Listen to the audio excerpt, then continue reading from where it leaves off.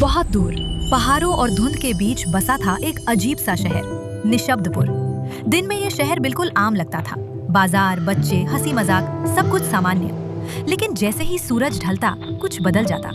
शाम होते ही आसमान बैंगनी रंग का हो जाता और शहर पर एक अजीब सी खामोशी उतर आती। लोग बोलना चाहते पर आवाज ही नहीं निकलती। न कोई हंसी, न कोई रोना, न कोई पुकार, सिर्फ इशारे और डर। इसी शहर में रहती थी अनाया, एक बहादुर लेकिन थोड़ी अकेली लड़की। उसकी आंखें बड़ी और जिज्ञासु थीं, जैसे हर सवाल का जवाब ढूंढ लेना चाहती हो। अनाया की एक खास बात थी, जब पूरा शहर खामोश हो जाता, उसकी आवाज तब भी रहती। वो धीमे से गुनगुना सकती थी, फुसफुसा सकती थी और उसकी आवाज में हल्की सी चमक होती थी, जैसे हवा में रोशनी घुल गई हो। लोग उसे अजीब नजरों से देखते थे, कुछ डरते थे, कुछ उम्मीद करते थे। शहर के बीचों बीच खड़ा था एक पुराना घंटाघर। कहा जाता था कि वो सिर्फ आधी रात को बजता है और जब बजता है तब कोई नहीं देखता कि उसे कौन बजाता है। अनाया को हमेशा लगता था कि शहर की खामोशी का राज इसी घंटाघर से जुड़ा है। एक रात जब पूरा शहर चुप था, अनाया अकेले घंटाघर की ओर बढ़ी। उसके कदमों की आवाज भी जैसे डर रही हो। घंटाघर के अंदर धुंध थी और नीली रोशनी तैर रही थी। तभी एक धीमी सी आवाज गूंजी। मैं आवाजें नहीं चुराता, मैं भावनाएं इकट्ठा करता हूँ।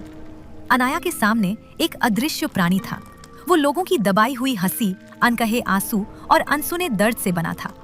जब लोग बोलना छोड़ देते हैं तो मैं जिंदा रहता हूँ। अनाया समझ गई, शहर की खामोशी लोगों के डर से पैदा हुई थी। प्राणी ने कहा, अब तुम्हारी बारी है, तुम्हारी आवाज सबसे ताकतवर है। अनाया डर गई लेकिन पीछे नहीं हटी।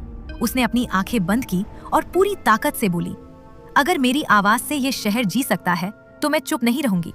उसकी आवाज रोशनी बन गई। घंटाघर गूंज उठा, धुंध छट गई, लोगों की आवाजें लौटने लगीं। पहले फुसफुसाहट, फिर हंसी, फिर खुशी की चीखें। सुबह होते ही निशब्दपुर फिर से बोलने लगा। पंछी चहक रहे थे, बच्चे हंस रहे थे। अनाया की आवाज अब भी थी, लेकिन अब वो अकेली नहीं थी। शहर जान चुका था कि आवाज सिर्फ बोलने के लिए नहीं होती, सच कहने के लिए होती है। अगर आपको आवाज चुराने वाला शहर की ये कहानी पसंद आई हो तो लाइक जरूर करना, ताकि ऐसी और मैजिकल कहानियां आप तक पहुंचती रहें।